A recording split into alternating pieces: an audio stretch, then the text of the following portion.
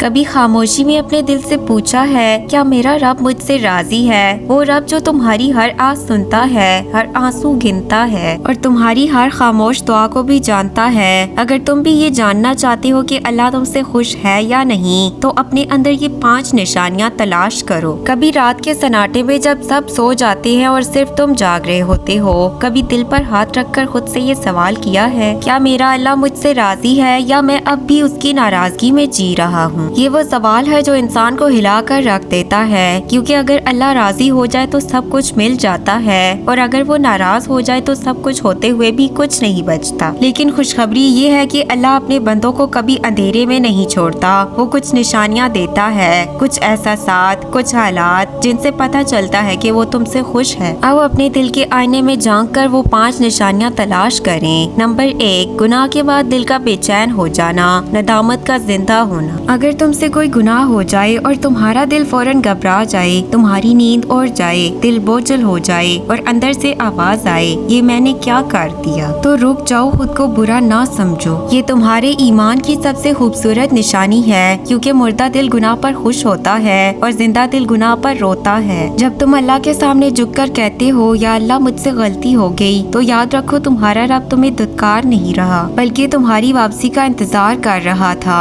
Number 2، نیکی میں دل کا سکون پانا، روح کا جاگنا۔ کبھی تم نے محسوس کیا نماز کے بعد دل ہلکا ہو جاتا ہے، قرآن سن کر آنکھیں نم ہو جاتی ہیں، کسی غریب کی مدد کر کے عجیب سا سکون ملتا ہے۔ یہ سکون دنیا کی کسی چیز میں نہیں، یہ وہ تحفہ ہے جو اللہ صرف اپنے قریب بندوں کو دیتا ہے۔ اگر تم نیکی کر کے خوش ہوتے ہو تو سمجھ لو اللہ تمہیں اپنی طرف بلا رہا ہے، وہ تمہیں اپنے راستے پر چلانا چاہتا ہے۔ نمبر 3، دنیا کی چمک دمک سے دل کا ہٹنا، آخرت کی طرف جھکاؤ۔ ایک وقت آتا ہے جب انسان کو سب کچھ مل بھی جائے تو پھر بھی دل خالی محسوس کرتا ہے، پھر اچانک دل کہتا ہے یہ سب وقتی ہے، اصل زندگی تو آخرت ہے۔ اگر تمہارے اندر یہ سوچ پیدا ہو رہی ہے، اگر تم فضول چیزوں سے دور ہو کر سادگی اور سکون تلاش کر رہے ہو تو یہ عام بات نہیں، یہ اللہ کی خاص ہدایت ہے، وہ تمہیں دنیا کی دھوکہ دہی سے نکال کر اپنے قریب لا رہا ہے۔ نمبر 4، آزمائش میں صبر آنا، اللہ پر بھروسہ بڑھ جانا۔ زندگی میں مشکلات تو سب پر آتی ہیں، لیکن فرق یہ ہوتا ہے کہ کوئی ٹوٹ جاتا ہے اور کوئی اللہ کے قریب ہو جاتا ہے۔ اگر مشکل وقت میں تمہارا دل یہ کہے اللہ بہتر کرے گا، اگر تم شکوہ کم اور دعا زیادہ کرنے لگو، اگر تمہاری آنکھوں میں آنسو ہو مگر دل میں امید ہو، تو مبارک ہو، یہ اللہ کی رضا کی نشانی ہے، کیونکہ اللہ ہر کسی کو صبر نہیں دیتا،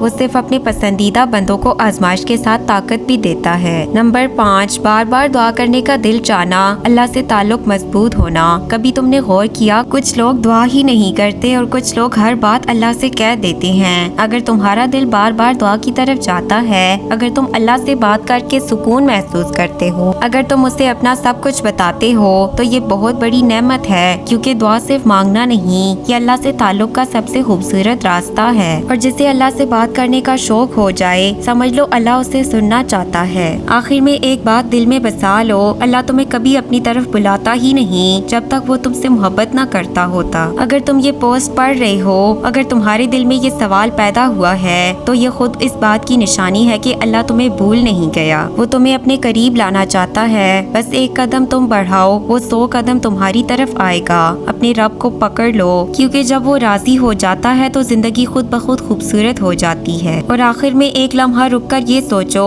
اگر آج تمہارا دل اللہ کی طرف مائل ہے، اگر تمہیں اپنے گناہوں پر شرمندگی ہوتی ہے، اگر تم سجدے میں جا کر سکون محسوس کرتے ہو، تو یقین کرو یہ سب تمہاری طاقت نہیں، یہ تمہارے اور میرے رب کی خاص مہربانی ہے۔ وہ تمہیں چھوڑنا چاہتا تو تمہیں اپنی یاد ہی نہ دیتا، وہ تم سے ناراض ہوتا تو تمہیں دعا کی توفیق بھی نہ دیتا۔ تو مایوس مت ہونا، چاہے تم کتنے ہی ٹوٹے کیوں نہ ہو، اللہ کے نزدیک تمہاری واپسی ہمیشہ قیمتی ہے۔ بس ایک سچی توبہ، ایک آنسو اور ایک دل سے نکلی دعا تمہاری پوری زندگی بدل سکتی ہے۔ اپنے رب کو پکڑ لو مضبوطی سے، کیونکہ جو اللہ کو پا لیتا ہے وہ کبھی بھی خالی نہیں رہتا۔